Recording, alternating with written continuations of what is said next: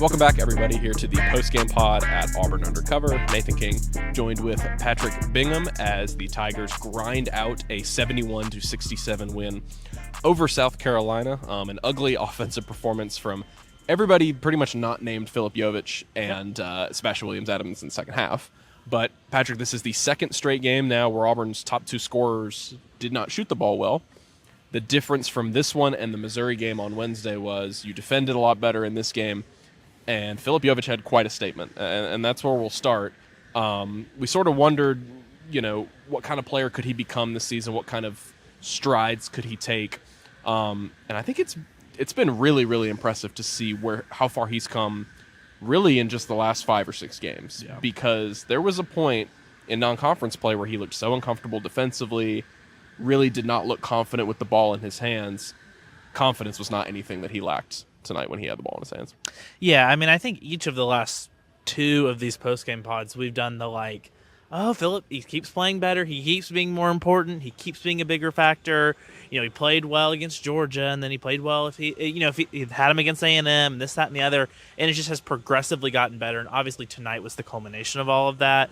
If I had told you Auburn was going to go 2 from 19 from 3, and Keyshawn Hall was going to pick up his third foul with over 10 minutes left in the first half, I don't know if I would have picked Auburn. Yeah. And yet, Philip does what he does tonight. From those exhibition games, you were in Birmingham, I was in Atlanta, to see him and just almost see. There's one point I was sitting on the sideline next to the bench, and you could just kind of tell there was a little bit of a disconnect of we are still, which granted it's an exhibition game, so there is obviously you're still learning, the whole team is, and just to see how far he's progressed all the way to today, is really impressive. Yeah, we talked to him this week in our midweek availability. He talked about his growth. Steven said post game, look, the language barrier is not anything to ignore here, because he said almost it's made Philip focus even more and be even more coachable.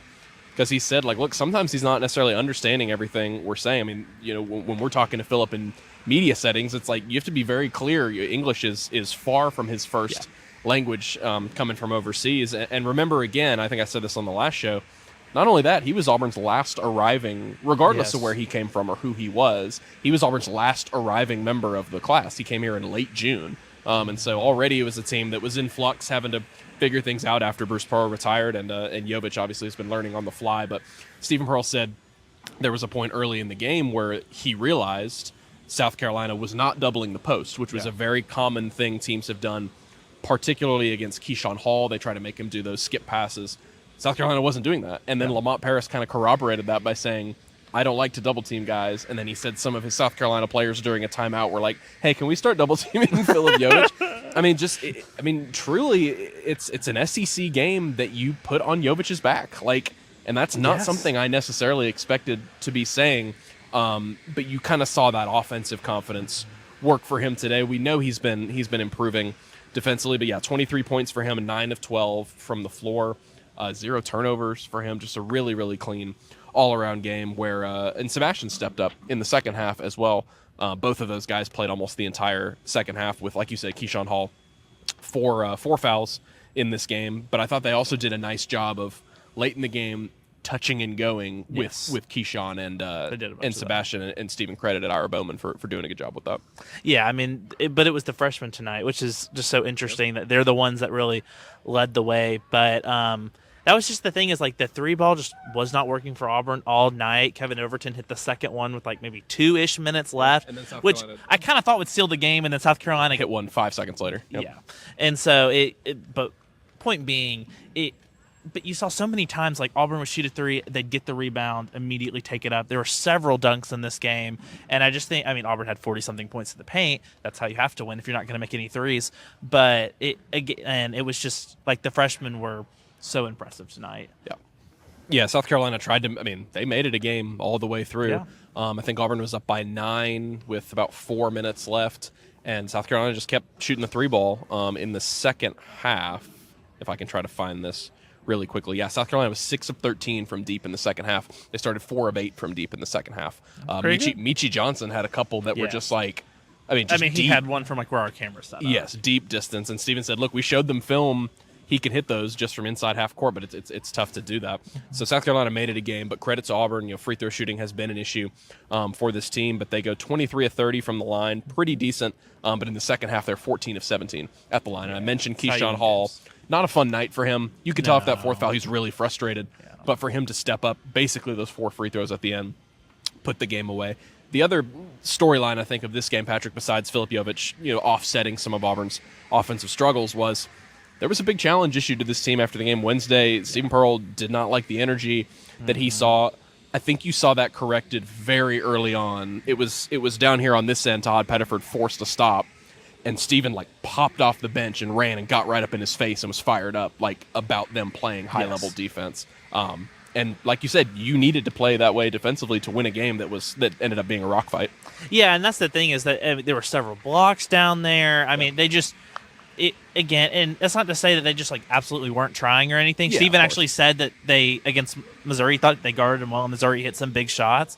But overall, I just think that's especially for a team that's still gelling and is young in some key places. I know there's also some very big veterans on the team, just continuing to come together and to put the effort in. Steven said, I think it was the middle of the week after the Missouri game, he was like, look, Auburn had the best team ever for Auburn last year, and they couldn't just show up and win. It's going to take bringing it every night, especially in this league when there's such a fine line between, I don't know, 5 and probably 12, and it's pulling off a win like this or pulling off a win against Missouri is going to make the differences. Yeah, I mean, the league is getting to the point now that we've got a decent sample size of it's going to be tough to go out and get a win every single night. Yeah. LSU beat that Missouri team you just lost to. I don't necessarily think anyone thinks LSU is all that good, but they beat Missouri in Baton Rouge today. Georgia beat they were up 20-plus on Arkansas. Kentucky came during back that and game. won. Kentucky came back on the road. We kind of left Kentucky for dead, and now they beat Tennessee on the road. So really, you have to bring your A game every single night. Obviously, you'd like to have a better offensive performance, but like you said, 2 of 19 from 3. When you score 42 points in the paint and have 8 blocks, it's interesting the trends this team is taking because we were so concerned about the size and the interior players, and we haven't talked about Murph, but Keyshawn Murphy I thought had a pretty good game. Mm-hmm. So all of your front court guys were really solid, and even without Keyshawn Hall playing a bunch, Todd Pettiford is the last guy I'll kind of shout out. Played 33 minutes, 2 of 8 from the floor is not what you want to see from him, but 5 assists, 2 blocks. Only had 1 turnover, and it came really late in the game. That was a performance Stephen Pearl said, I'll take that from your point guard in this game, a team high 5 assists. Patrick, now going into next week, it's a challenging stretch coming up, regardless of who you'd be playing, but 2 games on the road in the SEC. It's a quick turnaround to Ole Miss on Tuesday. Yes. For me, that game is very, very important because if you lose both games on the road next week, again, winning on the road in the league is hard, but you're now sitting at, 2-3? You'd be 2-5. In the league. You're starting to dig a hole at that point. Yeah, you're digging a hole. I think if you're Auburn right now, you didn't want to drop those early games against Georgia and especially Texas A&M. Now you're kind of just trying to keep your head above water and see if you can pull off some big wins. Obviously, Florida would constitute as one of those. Of course. And A&M has turned it. I mean, A&M won again tonight against Texas. They have turned into just. They're good. That's not a team where we would have projected them preseason versus where they are now. They're a good team. And maybe for Georgia as well. But yeah, Ole Miss is one of those where it's you got to pick off some of the road games, and that's one that that's the one you have to get. And then you go from there. And Auburn hadn't won in Gainesville in a million years, in either of our lifetimes. But I think, that's going to be difficult. But they are gettable. They're not as elite as they were last year. Sure. Granted, they I think beat Vanderbilt today. They did, yep. That's going to be difficult. Yeah, I mean, it's the Gainesville streak is now longer than the Kentucky streak because Auburn went to Rupp last year. So now Gainesville is the most cursed place you have to play. Yeah, I mean, you mentioned it. Georgia and Texas A&M, those were really tough late results that Auburn wasn't able to get, but those are turning into pretty darn good teams, definitely NCAA tournament teams. But also, to your point, you got to get one of these at some point, especially because, and we won't look too far ahead here, but you come back and play Texas that next Wednesday here at home. That 4-game stretch after that is Alabama, Tennessee, Vanderbilt, Arkansas. So some of the best teams, some of the contenders, some of the SEC title contenders, including Tennessee, is going to be on the road. And so Auburn's got an important week coming up, but of course it's important to get back in the win column, which the Tigers did tonight against South Carolina, and Filip Jovic was certainly A really good story for them in this one. 71-67 for Patrick Bingham. I'm Nathan King. Head over to Auburn Undercover. Don't do that. Head over to auburnundercover.com. Check out all of our junior day coverage from Christian Clemente and Jason Caldwell, as Alex Golish and his staff. They were here? They were here. Barrett Golish got probably the loudest. I don't know if you got that on video. Yeah. Oh, I didn't get it on video. I was up in the stands, but yeah. Barrett Golish, Alex Golish's son, got probably the loudest crowd pop of the entire night when he was the celebrity letter holder. It wasn't even Alex Golish. Like they made it. They were he no. walked on way he walked on at the but end. Everyone just already cheered. Yeah. It was a fun night for them. So be sure to head over to auburnundercover.com. Of course, the transfer portal is also closed, and we will be putting the finishing touches on the outgoing players, but Auburn continues to add players, yes. and so and obviously we'll look to basketball and get ready for 2 road games next week. So lots going on at auburnundercover.com, and we will see you guys over there. Appreciate y'all tuning into the postgame pod. Talk to y'all soon.